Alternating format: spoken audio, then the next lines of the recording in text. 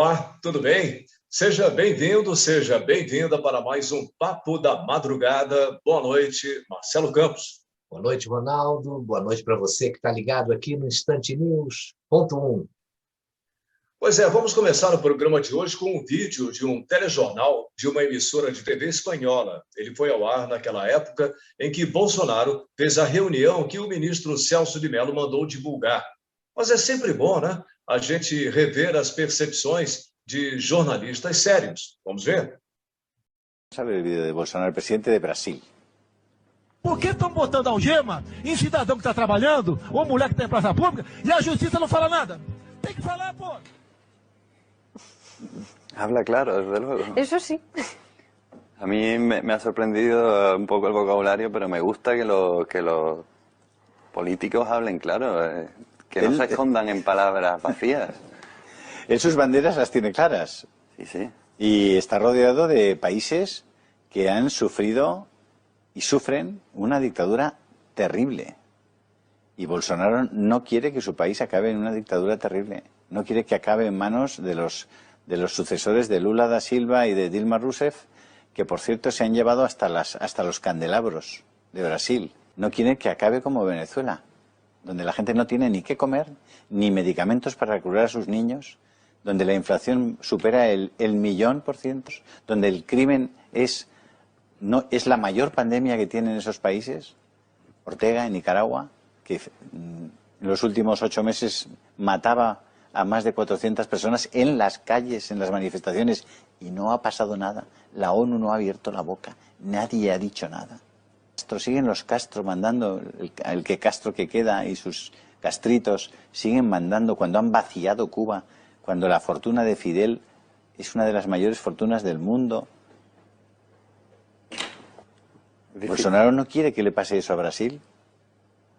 No van a encontrar ni una sola buena palabra en la prensa occidental sobre Bolsonaro.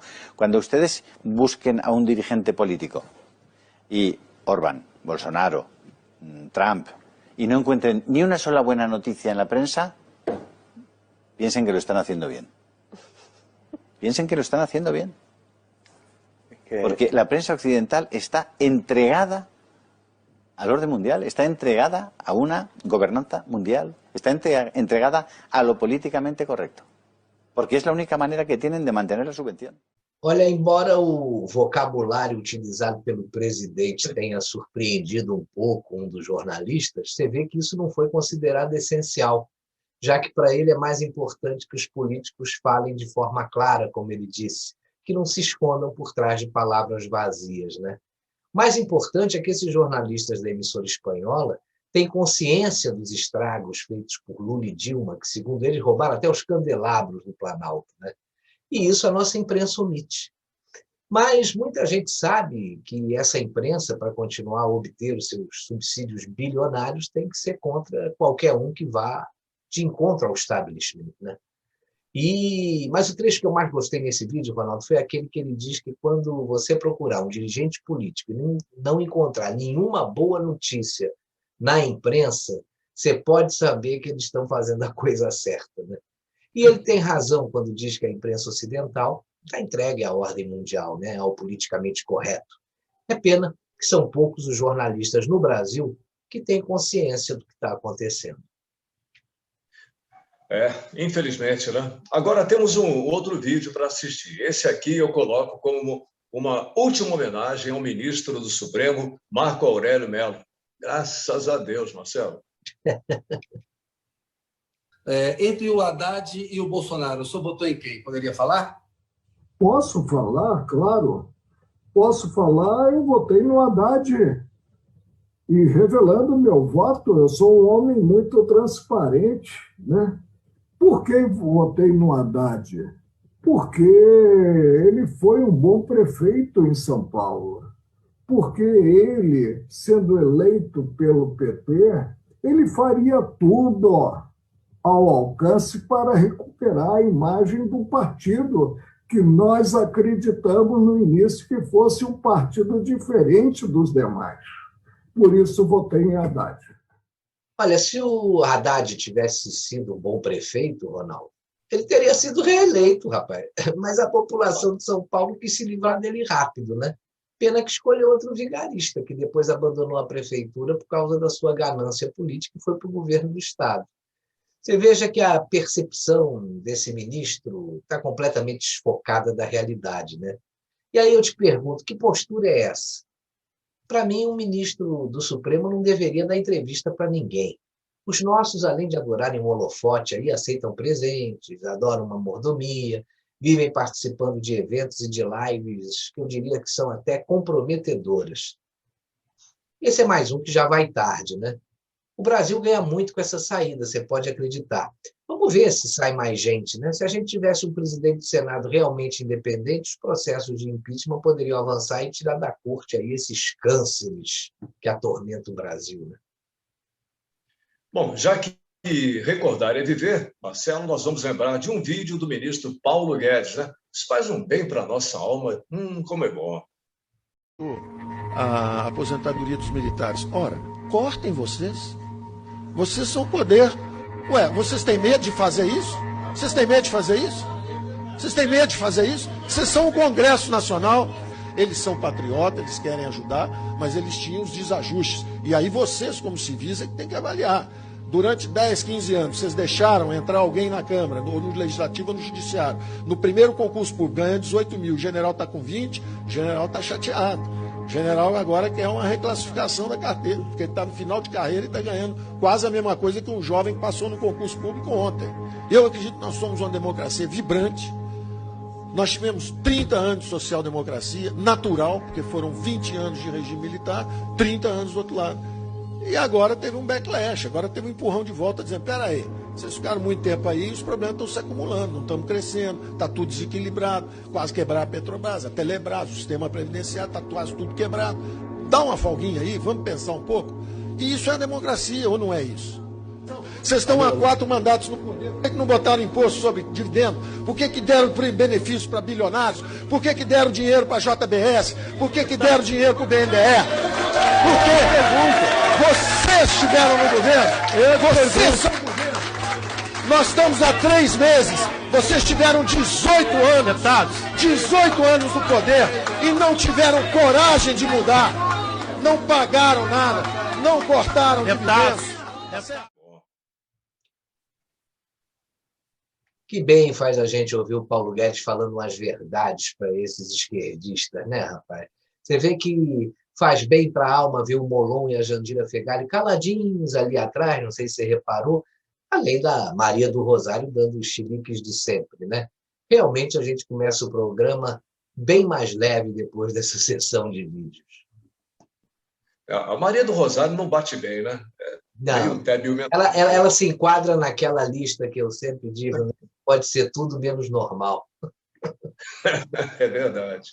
E o presidente da Câmara dos Deputados, Arthur Lira, andou revelando, fez o seu antecessor, né? Rodrigo Maia.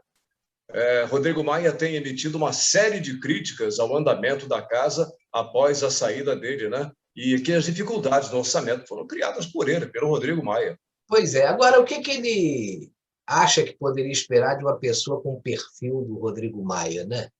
É daí para pior, né? E a declaração da Xuxa, né, causa polêmica e ela recebeu chuva de críticas nas redes sociais. Olha só, Xuxa é criticada ao dizer que queria ser negra na próxima vida. Ela disse isso a Thaís de Araújo, numa entrevista. Essa aí não perde a oportunidade de ficar calada, né? Depois da última varada que ela deu quando afirmou que os presidiários deveriam servir de cobaias no lugar dos animais, ela soltou aí mais essa. A impressão que dá é que ela está sendo tão bombardeada e não está acostumada a isso, porque sempre foi estrela, né? A impressão que dá é que ela está querendo ser politicamente correta, falar o que essas minorias radicais querem ouvir, mas não consegue dar uma dentro, né, Ronaldo? E esse tipo de declaração partindo dela deixa a impressão que falou isso só por oportunismo, porque, veja bem, é só a gente analisar a história. Se ela quisesse voltar na sua próxima encarnação como uma mulher negra, e se isso fosse realmente sincero, nos seus programas de televisão você não ia ter só Paquita Loura, né? O que eu acho é o seguinte, parece que ser branco para essa gente agora virou pecado, rapaz. Olha, eu tenho orgulho da minha raça, como eu acho que os negros devem ter orgulho da raça deles. E as duas raças convivem e se misturam sem o menor problema. A cor é o que menos importa, quer dizer, pelo menos para mim, né? O que me interessa é a pessoa, são seus valores, as suas atitudes, e, sobretudo, seu caráter. O problema é que tem aí determinadas pessoas que, sob o manto da igualdade, da reparação daí das injustiças históricas, acabam incentivando os conflitos entre negros e brancos, entre patrões e empregados, entre ricos e pobres. A realidade, a gente deve estar brigando para que a gente tenha aí uma educação de qualidade, para que todas as crianças e jovens desse país possam ter um futuro melhor, né? Na minha infância, eu estudei em escola pública. Pô. Na minha turma, eu que era filho de professor e de bancário, eu convivia sem problema com filho de general, com filho de padeiro, com filho de empresário. Todo mundo estudava junto e a gente frequentava as casas dos amigos sem o menor problema. Minha infância contribuiu muito para a minha formação como cidadão. A vida era muito melhor. Eu sei que parece impossível, né? Mas a gente tem que tentar resgatar isso. A primeira coisa que a gente precisa fazer é tirar esses políticos oportunistas do poder, porque essa máfia acaba com o Brasil e não vai deixar um futuro promissor para ninguém, né? Tem até um cachorro que fica latindo aí, vaiando a Xuxa, né? Pois é, fala nela e começa a latir. Esse cachorro sabe das coisas. Bom, e outra que estava sumida e reapareceu foi a Greta Thunberg, né? A ativista sueca Greta Thunberg participou de coletiva nesta segunda-feira, dia 19, com o diretor-geral da Organização Mundial da Saúde, Tedros Adhanom, e criticou o Bolsonaro, para variar, né? Olha, essa aí é uma militante fabricada que a imprensa resolveu adotar, viu? E a nossa imprensa deve estar idolatrando essa menina, né? Ainda mais agora, que vive falando mal do Bolsonaro, né? Essa menina é manipulada por oportunistas e ficou rotulada aí como ativista sueca, né? E eu acho que é até um mau exemplo para os jovens da geração dela, porque matava muita aula e, pelo visto, não vai se formar em nada, né? Porque não deve ter tempo para estudar. Tem uma agenda aí super atribulada, né? Você vê que ela até participou, rapaz, de coletiva na segunda-feira com o diretor-geral, como você disse, da OMS, o Tedros Adhanom. Eles andaram discutindo aí a pandemia de Covid-19 e ela apresentou uma iniciativa aí de mobilização de jovens.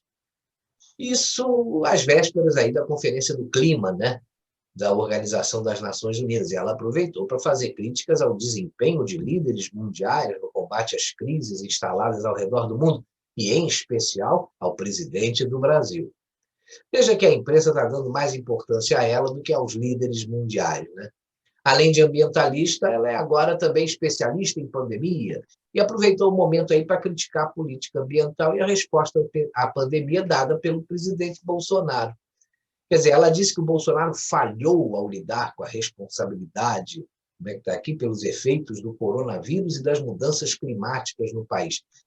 Olha, querem dar a impressão que ela tem um conhecimento e uma autoridade que a gente sabe que ela nunca teve e nem nunca vai ter. Essa guria não teve infância, Ronaldo, e justamente por não ter tido infância vai ser um adulto insuportável. Não se assuste se em breve aí a gente tiver uma live com Barroso, Átila Lamarino, convidando a Greta Thunberg e o Felipe Neto.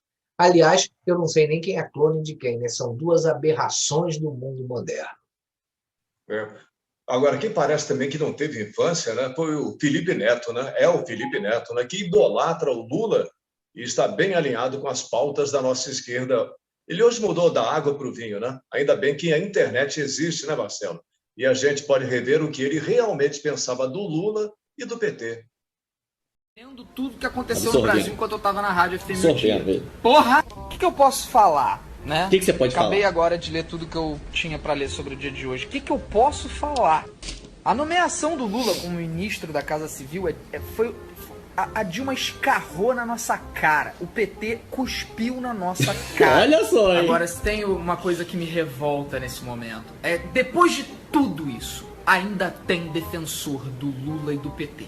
Capitaneados por imbecis da classe artística que de nada entendem sobre a realidade do Brasil e acham que o PT tirou o país da miséria e tá tudo lindo. Como esse sujeito que é politicamente um imbecil, que é o senhor Chico Buarque. Politicamente um imbecil. E por jornalistas safados, por jornalistas filhos da puta, como essa socialista morena, Sinara Menezes, que dentro das imbecilidades que ela publica, hoje ela publicou: não aceitamos a prisão do Lula, ponto.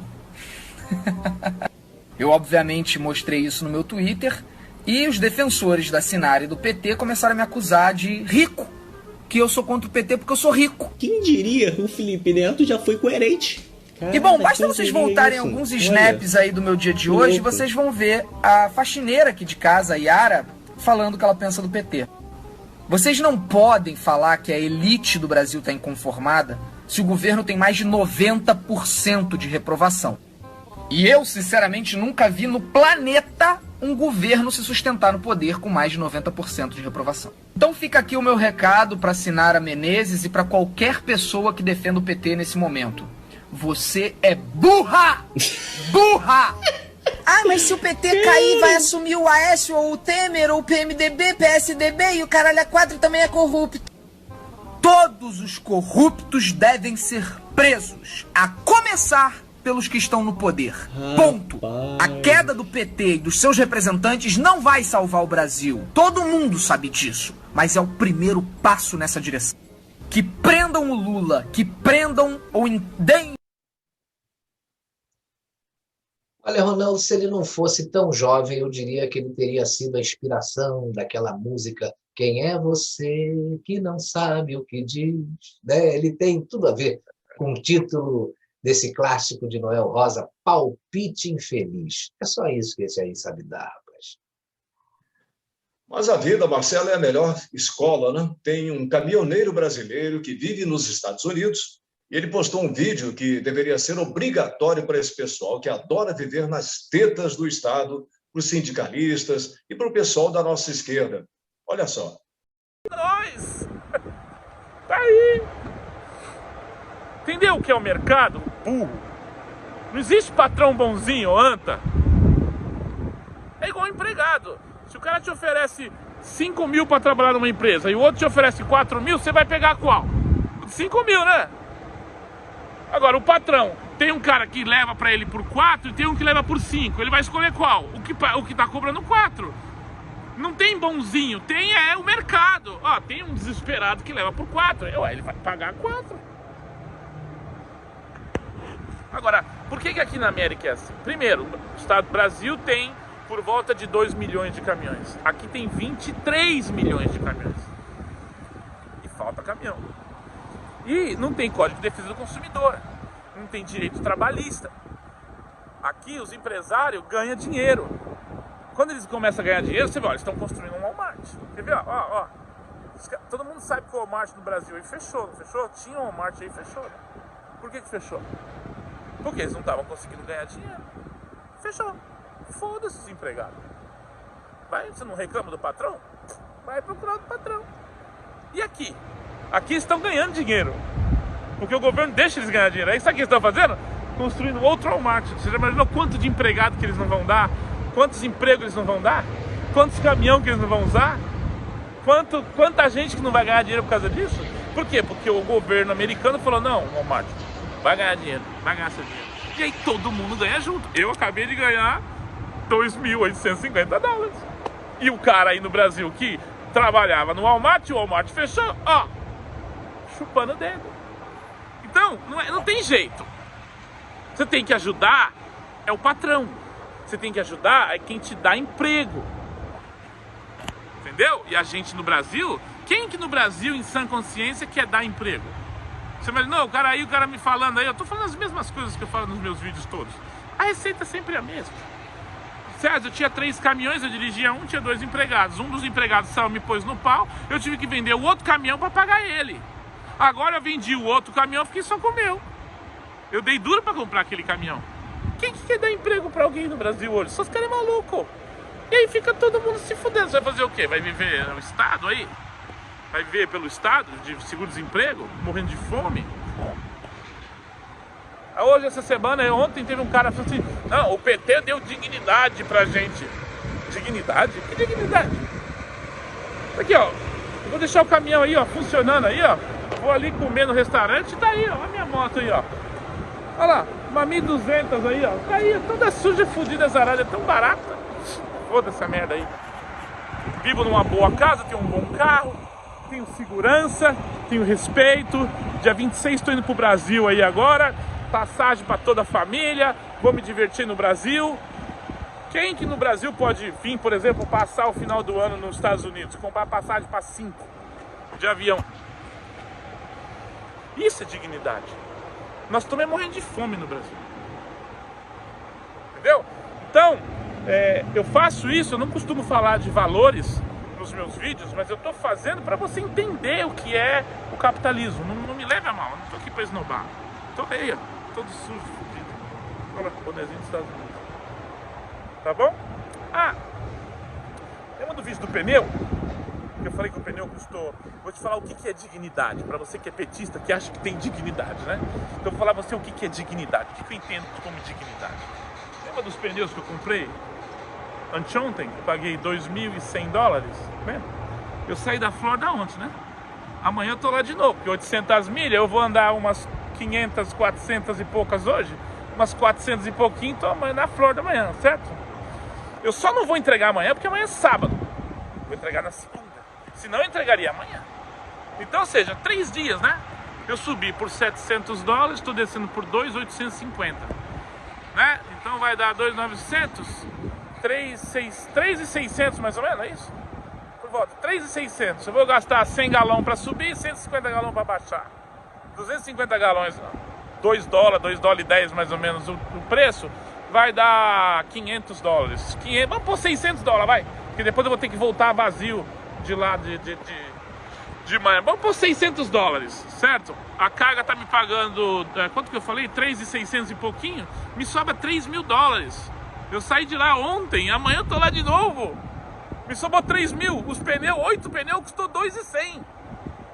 Isso é dignidade. Em 3 dias eu pago o pneu e ainda me sobra 50% dos pneus de trás. Entendeu o que é dignidade? Quando você achar que o PT te deu dignidade, você não sabe o que é dignidade. Você tem que aprender assistindo meus vídeos. Então é isso aí, pessoal. Aliás, mãe, amanhã eu tô aí. Amanhã não, segunda-feira, né? Porque eu vou parar em casa. Segunda-feira eu tô aí pra gente comer aquele sushi, tá? Ó, beijo, mãe. Hasta la vista, baby. Esse pessoal realmente adora viver nas tetas do Estado, né? E adoram meter o pau nos americanos. Mas os comunistas e esquerdistas daqui adoram passar férias em Nova York. Você já viu aí Fernando Haddad, Marcelo Freixo, Manuela Dávila, já tiveram aí suas férias em vídeo lá nos Estados Unidos, reveladas nas redes sociais, né? Nosso caminhoneiro aí deu uma verdadeira aula sobre dignidade. E essa semana nós tivemos a cúpula do clima e o discurso do presidente Bolsonaro agradou os americanos para desespero do pessoal da esquerda. Discurso de Bolsonaro na cúpula do clima é bem recebido pelo governo Biden. Olha, para você ver como é difícil a posição do Bolsonaro, né? Esse pessoal precisa falar mal dele de qualquer maneira, independente do que ele faça ou do que ele fale. Então, veja só, se ele tivesse feito um discurso belicoso, provocativo, mostrando a hipocrisia desse pessoal e, sobretudo, dos globalistas, todo mundo ia falar que o nosso presidente é um irresponsável, que ele só está prejudicando o Brasil, tirando a credibilidade do país, do cenário internacional. Só que o Bolsonaro fez um discurso bem centrado e foi até, se você olhar, analisar, quem viu o discurso vai concordar comigo, foi apaziguador. E todo mundo caiu de pau nele, dizendo que ele está mentindo. Por isso que eu digo, ele tem que ignorar o que esse pessoal fica falando aí e dar o seu recado. Você vê que não importa o que ele faça ou diga, ele é atacado o tempo todo por qualquer razão, é um massacre. Eu não sei como é que ele aguenta, rapaz. É difícil mesmo, né? Agora, as notícias sobre a cúpula do clima foram bastante exploradas, né? Um dos destaques foi que Bolsonaro também determinou a antecipação da meta brasileira de neutralidade climática de 2060 para 2050, seguindo os Estados Unidos, né? Bolsonaro também determinou antecipação da meta brasileira, neutralidade climática de 2060 para 2050, seguindo os Estados Unidos. Hoje aqueles que mais contribuíram para os problemas ambientais parece que eles querem dar uma de moralistas, né, em cima dos países que até contribuíram de alguma forma para esses problemas, só que numa proporção infinitamente menor. Se você pegar aí o exemplo de grandes nações industrializadas, você vai ver que nos últimos 200 anos, com a utilização aí maciça dos combustíveis fósseis, eles foram os grandes responsáveis pelo efeito estufa, por exemplo. Algumas nações, como o Brasil, há 200 anos, não tiveram contribuição nenhuma para esse efeito estufa. Isso até o próprio ministro do Meio Ambiente comentou aí numa entrevista. Isso aconteceu porque a nossa população vivia majoritariamente em zonas rurais. De um tempo para cá, isso mudou. É claro que a gente se desenvolveu, tivemos indústrias usando os combustíveis fósseis, aí, só que as grandes nações tiveram uma contribuição muito maior para criar problemas aí, ou que criaram problemas para o meio ambiente. Nessas reuniões se fala muito, mas é bom anotar o que todo mundo falou e prometeu fazer e checar se essas promessas serão cumpridas, né? Isso aí a gente vai ver daqui a alguns anos. Só que um grupo de artistas brasileiros e americanos está pedindo ao presidente dos Estados Unidos, Joe Biden, que rejeite um possível acordo ambiental com Bolsonaro, né? Artistas pedem que Joe Biden rejeite acordo ambiental com Bolsonaro. Que coisa, hein? Pois é, esses artistas estão articulando forças aí para interferir nos diálogos operados entre o governo brasileiro e a gestão de Joe Biden, que tem por objetivo aí buscar estratégias para combater o desmatamento na Amazônia, né? Eles encaminharam uma carta conjunta ao líder norte-americano aí, pedindo que ele não assinasse nenhum acordo climático com o Brasil antes de uma redução significativa no desmatamento do país. Não basta querer reduzir, né? Tem que ser significativa, né? Senão não vale. Num trecho da carta, eles dizem até o seguinte, olha só: rejeite qualquer acordo com o Brasil até que o desmatamento seja verdadeiramente reduzido. Os direitos humanos sejam respeitados, já misturaram o assunto, né? E a participação significativa da sociedade civil seja atendida. Eu só gostaria de saber, Ronaldo, que sociedade civil Caetano Veloso, Gilberto Gil, Maria Gadu, Marisa Monte, Katy Perry e Roger Waters, além do Leonardo DiCaprio, né? Eles estão representando. Porque isso tudo aí é parte de uma narrativa engendrada aí pela esquerda, é mais uma tentativa de abater o presidente Bolsonaro. Só que esse tipo de iniciativa só atrapalha o Brasil. Esse pessoal não tem a menor ideia do que está sendo feito pelo governo e fica falando bobagem. Mas são os grandes artistas, são os grandes porta-vozes da verdade, né? Verdade ali é o que tem menos, pelo que a gente está vendo. Mas eu te desafio, é só fazer um teste. Pergunta para eles o que foi feito pelo meio ambiente nos governos Lula e Dilma. E tem outra coisa, né? Se o Brasil tem um grave problema de preservação do meio ambiente, esse problema não aconteceu nos últimos 2 anos, né? Ele já vem acontecendo e é um problema recorrente, causado pela omissão aí de vários governos que a gente teve. Mas a melhor narrativa é colocar a culpa no Bolsonaro. Esse discurso já não cola mais. Esse pessoal adora idolatrar bandido que assaltou o país, mas não consegue enxergar o que realmente está acontecendo. Só que o ministro do Meio Ambiente, Ricardo Salles, rebateu esses artistas que enviaram a carta para o Joe Biden, né? Salles disse que o movimento da classe artística em questão é pura política e que os nomes que subscreveram o documento querem melar qualquer acordo sobre a Amazônia. É isso aí, né? Tem até uma postagem, né, em que o Salles rebate artistas que enviaram, olha só aí, a carta a Biden contra o governo Bolsonaro. Pura política. Você veja, Ronaldo, as autoridades brasileiras têm buscado formas de garantir uma aproximação maior com os Estados Unidos, tentando aí garantir diálogos que coloquem um ponto final nas divergências políticas entre eles. O Bolsonaro apoiava o Trump, tinham uma convergência aí de pensamentos e tal, só que o Trump perdeu, ou foi forçado a sair, a gente ainda não sabe, que aquilo ali está muito esquisito, né? Mas, de qualquer maneira, Biden assumiu a presidência dos Estados Unidos. E o Bolsonaro, como presidente do Brasil, tem que fazer a política da boa vizinhança e trabalhar agora com o presidente atual dos Estados Unidos. Né? Então, é preciso fazer realmente garantir um diálogo e terminar com as divergências.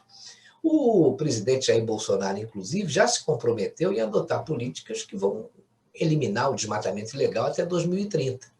Quem é que pode ser contra esse desmatamento ilegal? Os esforços estão sendo feitos, mas, como eu disse ainda há pouco, esse pessoal acaba prejudicando o Brasil com esses rompantes esquerdistas aí. O fato do Bolsonaro conseguir fazer alguma coisa, para ele, já é um absurdo. As máscaras desse pessoal, desses artistas, também já caíram faz tempo, né? E a CPI da Covid anda provocando arrepios em Brasília, né? A expectativa é que na próxima semana ela seja instalada. Mas a possibilidade da relatoria da CPI ficar com o senador Renan Calheiros, que coisa, né, cara? Já levou 2 deputados a reagirem. O deputado Daniel Silveira, que está exercendo seu mandato em prisão domiciliar, decretada pelo ministro do STF, Alexandre de Moraes, acionou a PGR, né, contra a relatoria do senador Renan Calheiros. A deputada Carla Zambelli também se mexeu e acionou a justiça. Tem que fazer isso mesmo, judicializa tudo, faz igual a esquerda. Mas Renan Calheiros na relatoria e Jader Barbalho como suplente nessa comissão é uma afronta a qualquer cidadão de bem desse país, né, Ronaldo? Você veja o caso do Renan. Ele não reúne condições morais para mais nada dentro do Senado. Tem 43 processos e 6 inquéritos no Supremo Tribunal Federal. E como disse a deputada Carla Zambelli, só isso já fere o princípio da moralidade administrativa. Ele não pode ser relator porque o seu filho é um dos governadores que vai ser investigado. Ponto final. Ou então, não será investigado, pelo visto, né? A mesma coisa acontece com o Jader Barbalho, que tem um filho cada vez mais enrolado no governo do Pará. Nesse caso, o Ministério Público já pediu até a prisão do governador do Pará, que foi negada pela Justiça. Com relação ao presidente da comissão, possível presidente da comissão, né? Tudo indica que vai ser ele, o Omar Aziz. Como eu disse essa semana em um dos meus comentários, o Ministério Público Federal está investigando desvios de mais de 260 milhões de reais em recursos da saúde lá no estado do Amazonas. Você vê que um depoimento prestado em 2019 por uma secretária de Estado que ocupou o cargo durante o período em que o Aziz foi governador, aponta que o empresário investigado no esquema andou pagando um monte de despesas aí do senador em Brasília. Esse Aziz foi governador do Amazonas entre 2011 e 2014. Você vê que a justiça é lenta, a gente sabe, né? Mas esse senador aí está com seus bens bloqueados e com seu passaporte retido em função dessas investigações, que foram aí consideradas o maior escândalo de corrupção do Amazonas. Deve ser o Sérgio Cabral Júnior, né? Lá da Floresta. Até a esposa e o irmãos do senador Aziz chegaram a ser presos nessa operação que se chamou Maus Caminhos. Os mesmos caminhos que estão tomando essa CPI, mesmo antes de começar, né? Porque uma CPI com Renan Calheiros, relator, Omar Aziz, presidente, o nosso senador Lepevati, como é que é o mesmo nome dele que está me fugindo aqui? O Randolph? Randolph, isso. O Randolph, como vice-presidente. E o outro suplente, que é o pai do Jader do Helder Barbalho, que é o Jader Barbalho, você não pode esperar nada sério saindo de um grupo liderado por essas cabeças, né? Eu tenho a impressão que aqui no Brasil o crime compensa, né? Constatando cada vez mais isso, né? Agora, veja só que curioso, o senador Omar Aziz é do Amazonas e parece que a popularidade dele não anda muito bem por lá. Enquanto ele tenta, nas entrelinhas, dar uma cutucada no governo antes de iniciar a CPI, a Assembleia Legislativa do Amazonas concede ao presidente Jair Bolsonaro o título de cidadão amazonense. Né? Tá aí, ó. O presidente Bolsonaro vai receber título de cidadão amazonense. Na última terça-feira, 20, a Assembleia Legislativa do Amazonas aprovou o projeto de lei que concede o título de cidadão amazonense. Bom, dos 24 parlamentares, 19 votaram a favor da concessão e um foi contrário. Houve uma abstenção e 3 ausências. O projeto foi proposto pelo deputado delegado Péricles, que é do PSL, que argumentou a compra de vacinas e a transferência de recursos para estados e municípios entre as razões para a concessão do título ao presidente da República. O Amazonas já recebeu quase 1.500.000 vacinas e, apesar disso, pouco mais de 500 mil pessoas foram vacinadas. O governo federal vem fazendo a sua parte, disse o deputado. Né? Bom, mas esse pessoal que odeia o Bolsonaro não desiste, Marcelo. Teve um grupo, eu não sei de onde foi, né? Porque eu não consegui identificar a cidade na placa do carro, que resolveu fazer uma carreata pelo impeachment, olha só. Mas sabe qual foi o resultado? Uma bicicleta, 3 motos e um carro de som com umas 4 pessoas em cima. Se você não acredita, olha só o vídeo.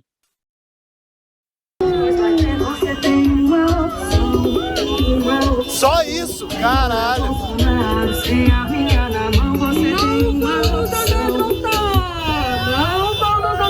Porque hoje tá bonita a nossa carreata.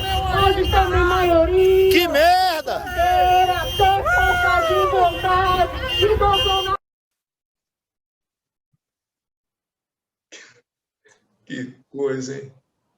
Cena deprimente, né, Ronaldo? Bom, eu acho bom esses deputados aliados do governo darem a aprovação da urna com voto impresso, viu?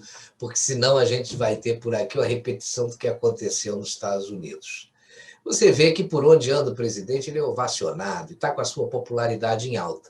E olha que a imprensa é uma das que contribui aí para não divulgar nada de bom que o governo dele faz, mas ele continua aí até, tirando as pesquisas do Datafolha, a gente sabe, né, porque essas aí parece que não acertam uma. Nas outras, ele está sempre bem. Né? No Datafolha ele já perdeu para o Lula, perdeu para o Luciano Huck, perdeu para o Moro, é assim mesmo, né? No Datafolha o Haddad ganha com 147% dos votos. Só lá mesmo. Bom, por outro lado, né, as investigações da Polícia Federal apontam para um desvio de mais de 2 bilhões de reais da verba da Covid, Marcelo. Para você ter uma ideia aí, nesse particular, a Polícia Federal já realizou 76 operações no Brasil investigando contratos suspeitos aí, né, de desvios em estados e municípios nesse enfrentamento aí à pandemia.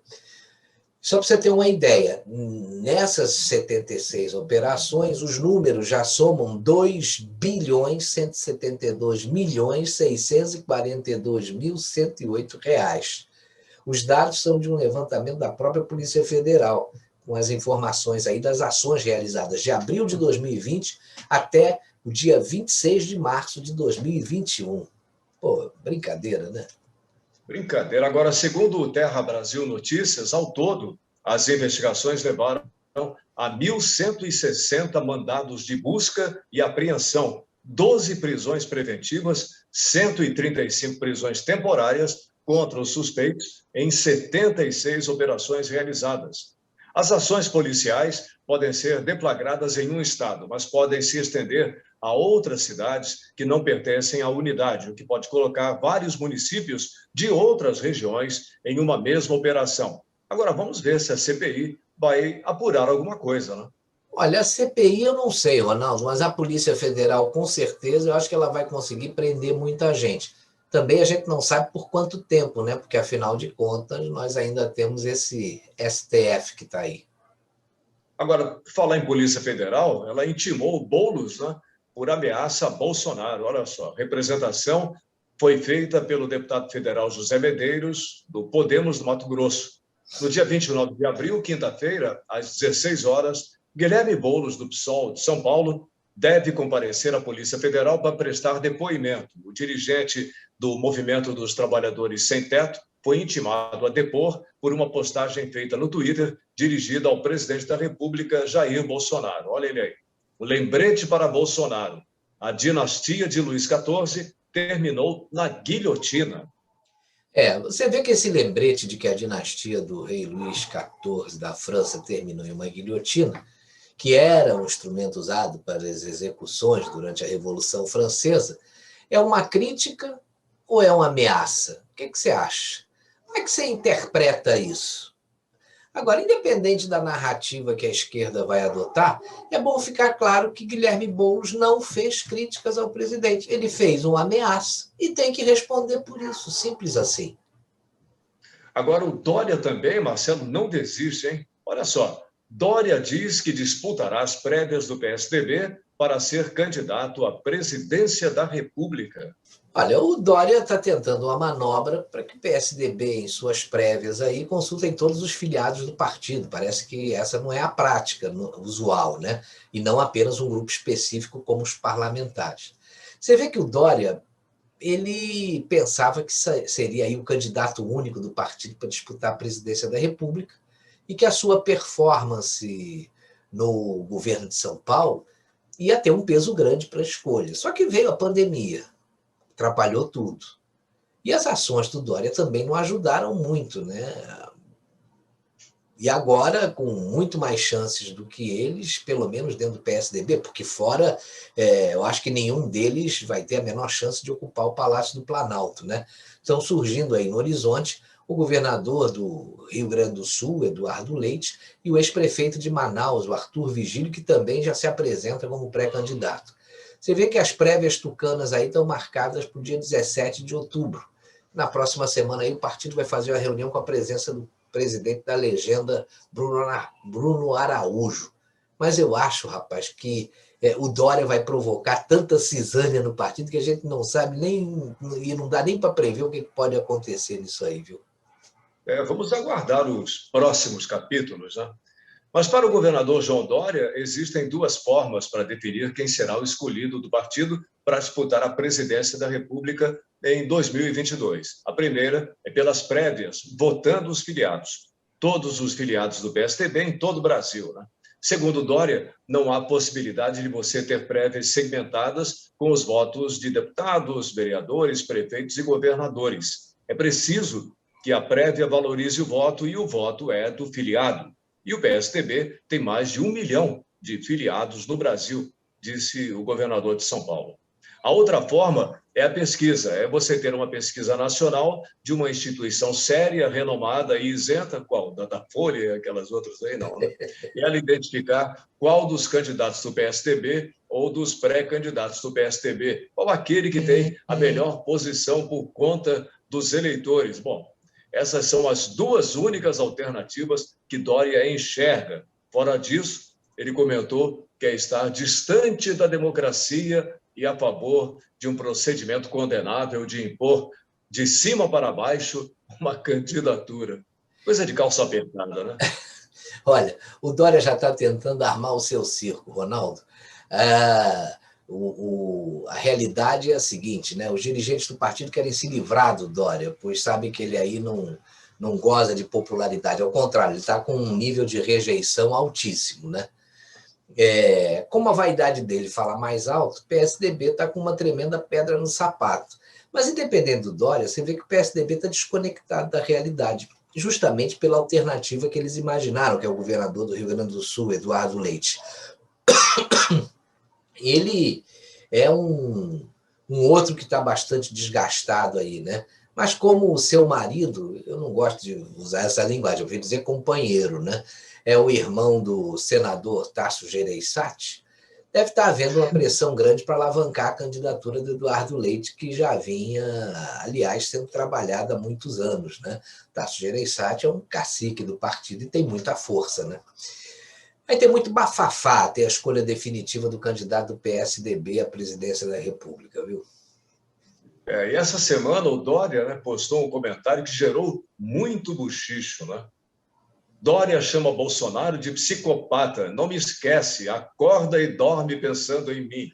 Olha, Ronaldo, eu acho que o psicopata é o Dória, rapaz, porque é ele que não tira o Bolsonaro da cabeça, né? Isso todo mundo já viu. Esse cara é louco, é obstinado pelo poder, ele tem uma fixação em ser presidente do Brasil, pelo visto também no Bolsonaro, né?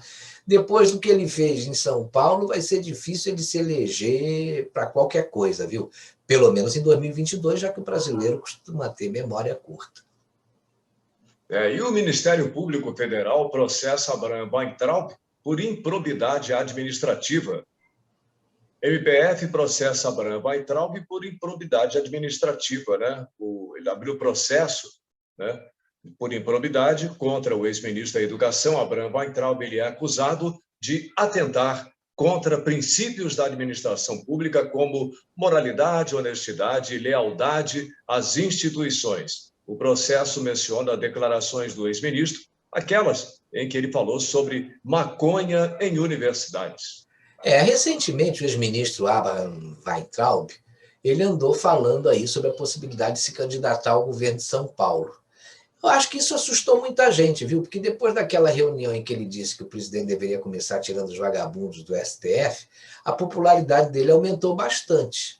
É claro que por causa dessa declaração ele decidiu sair do Brasil e foi ocupar aí até um cargo lá no Banco Mundial. Tem competência para isso. No próprio MEC, quando foi ministro da Educação, ele colocou o dedo na ferida. Olha, você pode até discordar da maneira como ele se manifesta. Eu também tenho algumas restrições. Mas ele estava no caminho certo. Justiça seja feita aí. Mas esse anúncio antecipado aí de uma possível candidatura ao governo de São Paulo já acendeu a luz amarela em muita gente, sobretudo nos inimigos declarados. E, no meu ponto de vista, esse processo no Ministério Público é só o começo. É só o começo porque vão tentar tudo para bombardear essa candidatura. Vão fazer com ele no âmbito estadual o que estão fazendo com o Bolsonaro na esfera federal. Só que antes que ele tome posse, o desgaste, pelo menos na cabeça desse pessoal, já vai ter sido grande. Se é que ele vai tomar posse, né?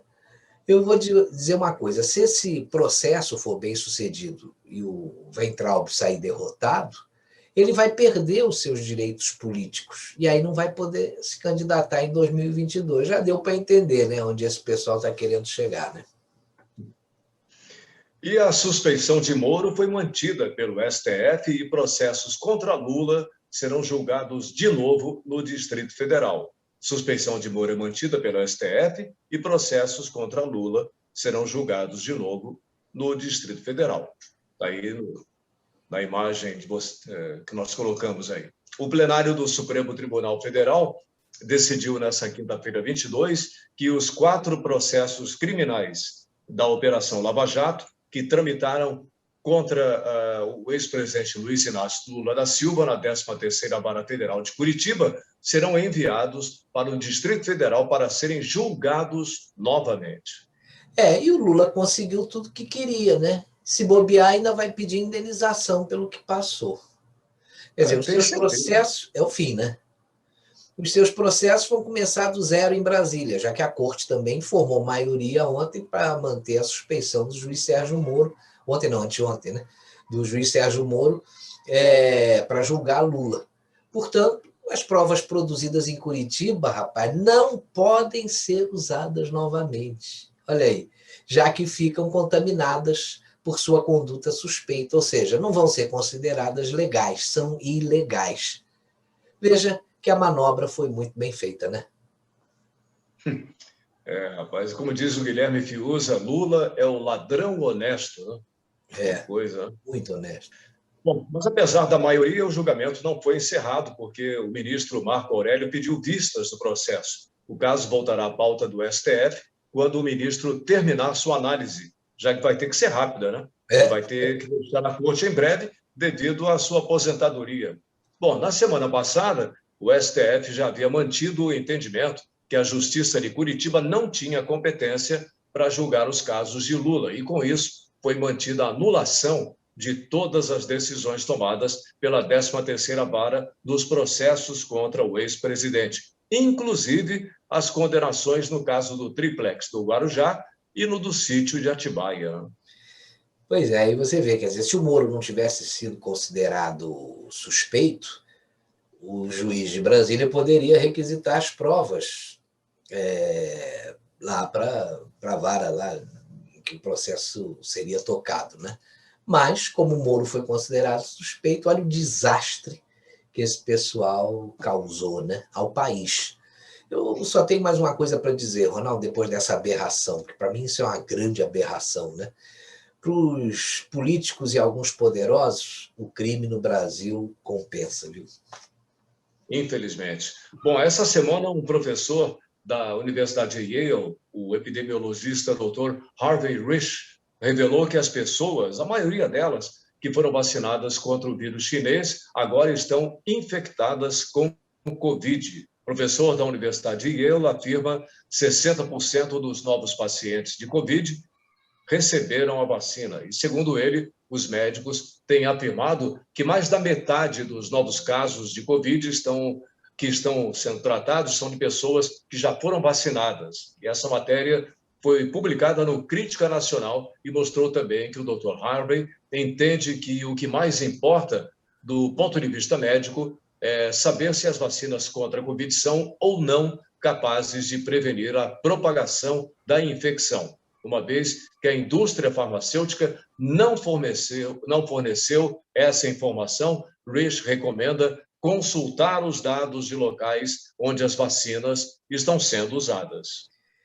Nem essas vacinas têm comprovação científica de sua eficácia até agora, né? O professor ainda mencionou nessa entrevista o caso da vacinação em massa em Israel, que foi o país onde a vacina da Pfizer foi administrada em mais da metade da população. Em Israel, os estudos mostraram que isso reduz a propagação da infecção em 50%, 60%, e contribui, assim, até para aquela famosa imunidade de rebanho, né? Ele disse que se trata de um benefício lento e contínuo para a sociedade, o que é totalmente diferente de proteger cada indivíduo. A matéria do Crítica Nacional mostra ainda que, segundo o Dr. Harvey, esse dado serve de alerta para as pessoas que acreditam aí que a vacina vai ser a libertação de todas as restrições. Pode parar por aí, porque esse não é o caso. Porque, embora as pessoas possam não apresentar sintomas, a vacina reduz a transmissão real do vírus apenas pela metade. Que fique aí o alerta, né? É por isso que eu sempre disse que não tem sentido alguns especialistas ficarem dizendo que o tratamento precoce não tem comprovação científica. Ele pode não ter a comprovação científica formal, mas já tem situações em que ele foi aplicado e tem resultados práticos muito positivos. E a vacina também não tem, como a gente viu aí, né? Tem casos que, na Europa, vários países já suspenderam até algumas vacinas, porque estavam dando aí problemas sérios, né, em pessoas que tomaram, e eles resolveram suspender. Então, esse vírus é recente, né? Na realidade, Ronaldo, ninguém sabe muita coisa sobre ele. E a gente vai aprender, né? Isso leva tempo, né? Pois é, o aprendizado vai levar tempo, né? Sempre foi assim. E o que pode ser experimentado e comprovadamente não faz mal pode diminuir significativamente a carga viral, evitar a falta de ar e, consequentemente, a intubação. Só que já estão surgindo estudos que mostram a eficácia do tratamento precoce. Eu faço tratamento precoce. E já foi defendido, inclusive, pelo presidente do Conselho Federal de Medicina. Tem que acabar com essa palhaçada que estão fazendo, né? O cidadão que não quiser fazer o tratamento inicial, como agora estão chamando, né? Que não faça. Mas não tirem o direito daqueles que, após orientação médica, desejarem fazê-lo, né? E olha que a gente já viu muita gente que criticava esse tipo de tratamento, na hora em que o bicho pegou, correram para a ivermectina, para a azitromicina, para o zinco, até para a cloroquina, né? Lembra do Davi Wip, o ex-secretário de Saúde de São Paulo? Condenava, junto com Dória, aí, o tratamento precoce e tal. E essa hipocrisia é que está contaminando mais que o próprio vírus. Já. Bom, essa semana nós tivemos muitas notícias interessantes. Olha só essa. Em entrevista ao jornal Gazeta do Povo, o jurista Ives Gandra Martins, de 86 anos, comentou sobre a atuação do Supremo Tribunal Federal. Ele considera que hoje a Corte é o maior partido de oposição ao governo federal. Veja o que ele disse. Eu tenho a impressão, nesse momento, apesar do elevado nível de conhecimento e de idoneidade moral de todos os 11 ministros do STF, que o Supremo se transformou no maior partido de oposição ao governo Bolsonaro. E completou. Esse Supremo, né, infelizmente, perante o povo, está completamente desfigurado, apesar de ter grandes figuras dentro da corte. É isso que me entristece e me constrange.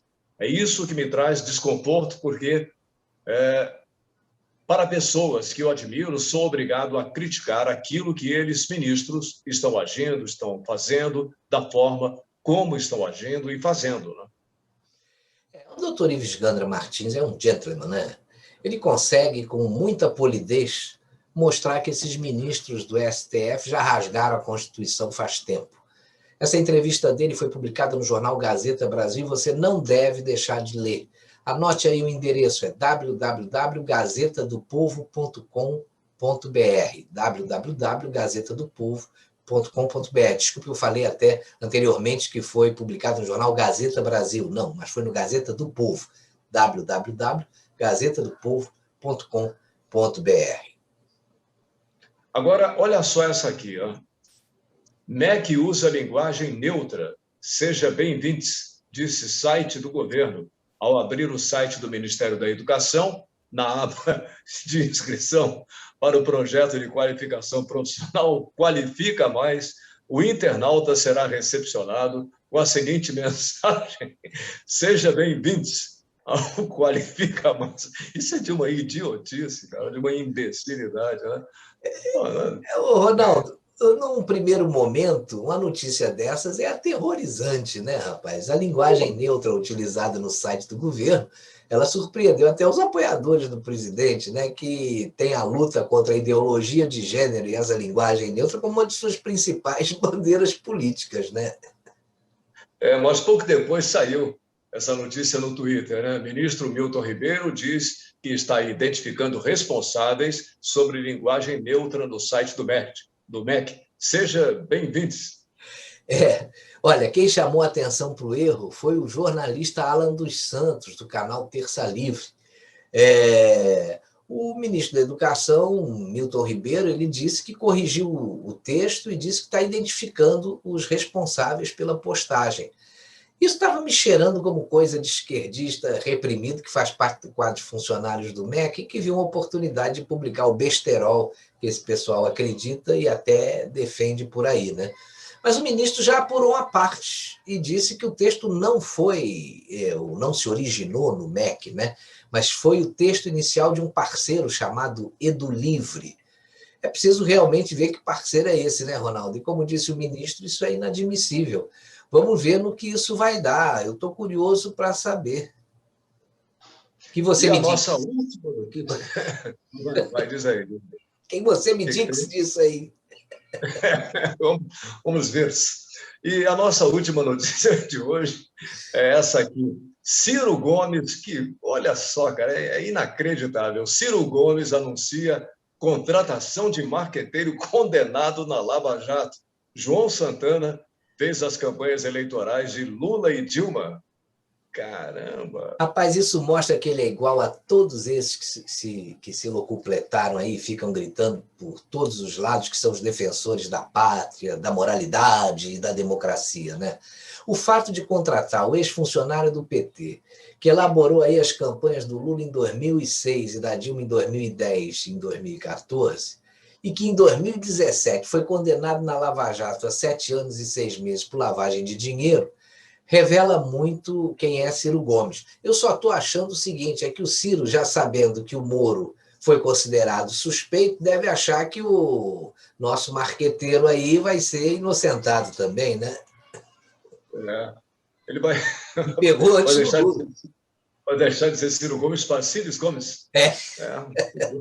Bom, para terminar o nosso papo da madrugada de hoje, eu vou mostrar a frase estampada em uma picape lá no Nordeste. Olha só.